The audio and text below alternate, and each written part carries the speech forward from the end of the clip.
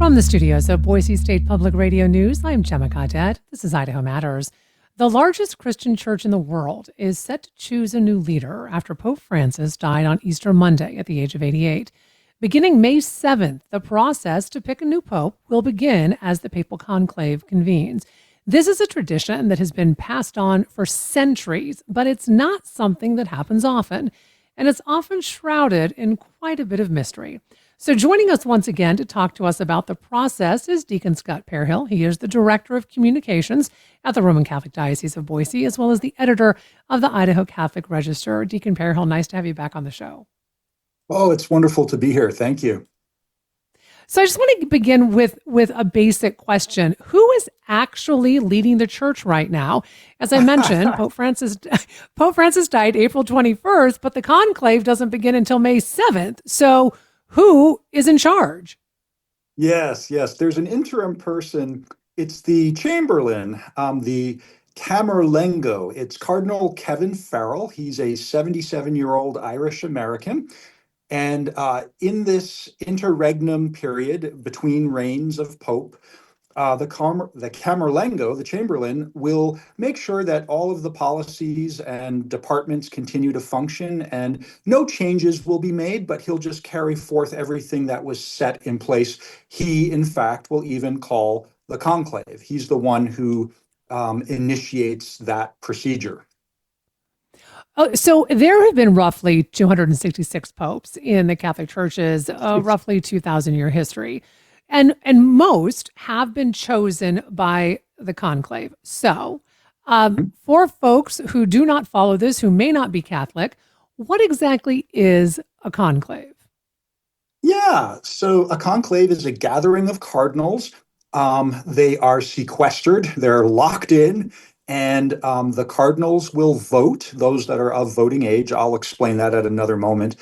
And they will choose the next pope from among themselves. For the last, 700 years, it's always been from among their own number that the new pope comes. They are able to pick any Catholic male, but as I said, for the last 700 years, it's always been a cardinal that is chosen as the next pope. So the likelihood is it will be someone within that conclave. Now with that said, what is a cardinal? And my understanding, as you mentioned, is that there are actual requirements to be eligible to be pope. And I have to do a shout out to my oldest kid because I am a born and raised Catholic and did not know this age limit. My kiddo came home from theology class and was like, "Hey, Mom, guess what? There's an age limit." So tell us about this. So typically a bishop is made a cardinal. A cardinal is, you could think of that as someone who's in the Pope's government. Cardinals run departments, they advise the Pope. They're chief officials of the Roman Curia, which is the government of the Pope, you could say. They're often bishops of major dioceses, but they don't have to be. They can function as papal envoys. In other words, they're helping to run the church at the highest level. That's who a cardinal is. You can tell that they're cardinals because they wear that distinctive red clothing. They have a red skull cap, they wear red robes. And so, yes, but there are many cardinals. I think at the present moment, there's around 250 cardinals. However, only 135 are eligible to vote. Why would that be? Because the others were over the age of 80 at the time when Pope Francis died. So that's what the cutoff is. And so we should note, so a cardinal is a priest. I mean, you start as a priest, you kind of move up the ranks, correct? As you said, like a bishop, an archbishop, then you become a cardinal. Right. And it's typically bishops that are made cardinals. Yes.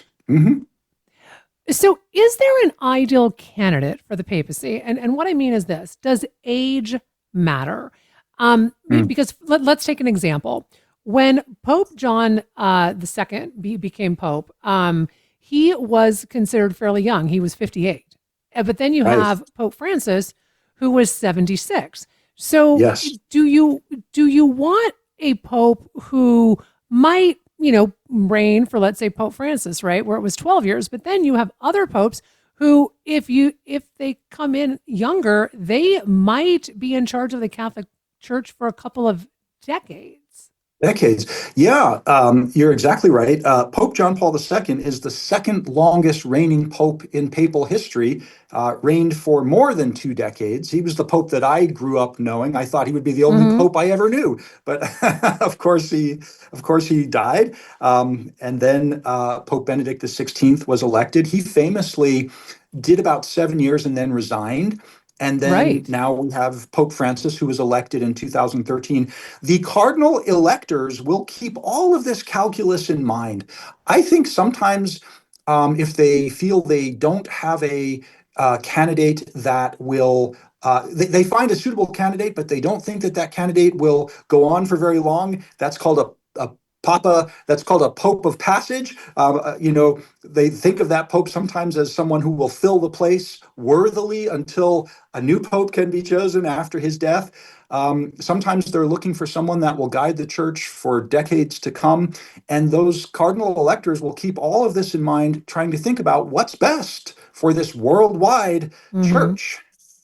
Yeah. I So, think that's so interesting about the age because same as you, I mean Pope John Paul II, he reigned for so long. I mean, I vaguely remember him being elected pope. My mom had us sit and watch.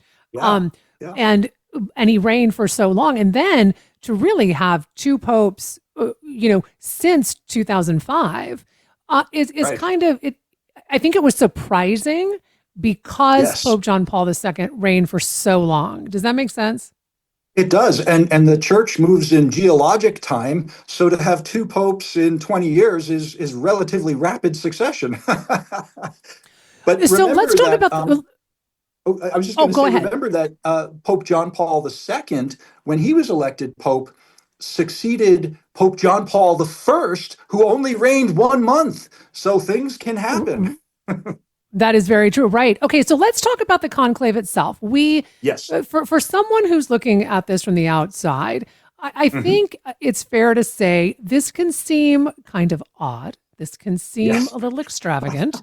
Um, but we know that they go into the Sistine Chapel, and these cardinals are literally locked into the Sistine Chapel. Now we Indeed, have that's the meaning technology, of right? the locked in is the meaning of conclave, conclave or cum clave. It means with a key. And what had happened was back in the 1200s, the cardinals failed to elect a pope for 2 years. And the Oh, remedy was to lock them in, feed them little until they produced a pope. That's how it came well, about. that's one way to do it. So Yes. okay. So also, so this is secret ballot. There can Yes. be no campaigning, and I think can you explain that because I think that this is an important part that is unusual when we think about any type of election in Mhm. our day and age. Yeah. So first of all, let me say that yes, the balloting is secret, but that's the same. It's for the same reasons that you don't have to reveal your vote when you vote for a president. It's so that you can vote your conscience. Um, Mm, Now, as far as there not being campaigning, I wouldn't say that's true, actually.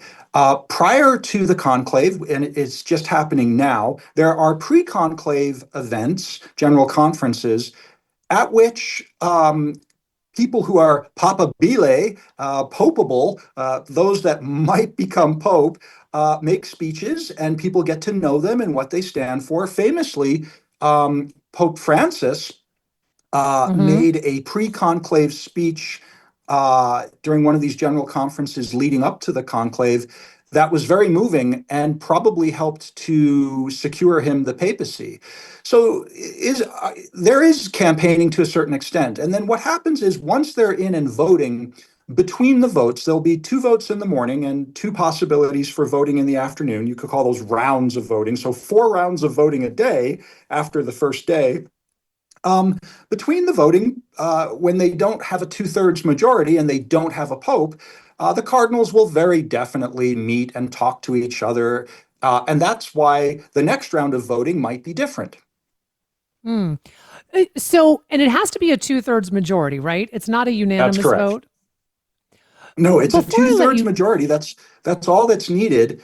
If they don't have a two-thirds majority after 3 days, there'll be a break. They'll get to okay, have a day off, and then they'll carry on. If they don't have a two-thirds majority after 9 days, and if you think about 4 rounds of voting a day, that's something like 36 ballots.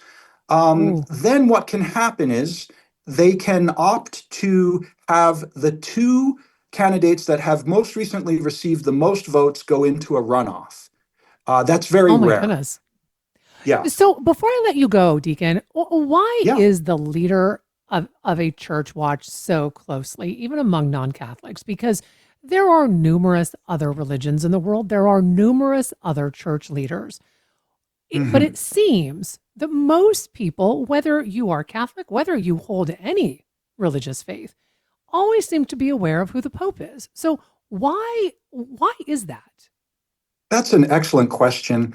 I think the Roman Catholic Pope is understood to be one of those world leaders who directly represents Jesus Christ and tries to continue the mission of Jesus. The cardinals themselves will say that this is not a political process to choose the Pope, it's a spiritual process. They'll be listening to the Holy Spirit, they'll be trying to determine who God wants to be the Pope.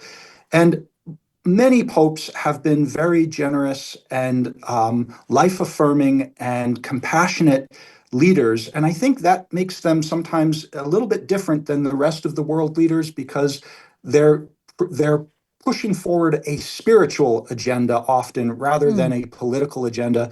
And I think people understand that in their hearts. They can feel the difference between politics and spirituality, and that probably has something to do with it. Well, I want to thank you so much for taking time to talk with us. We've been speaking with Deacon Scott Pearhill. He is the Director of Communication at the Roman Catholic Diocese of Boise, as well as the editor of the Idaho Catholic Register. We've been discussing how the Catholic Church chooses a new pope. The papal conclave begins May 7th. This is the Idaho Matters podcast. I'm Gemma Gaudet.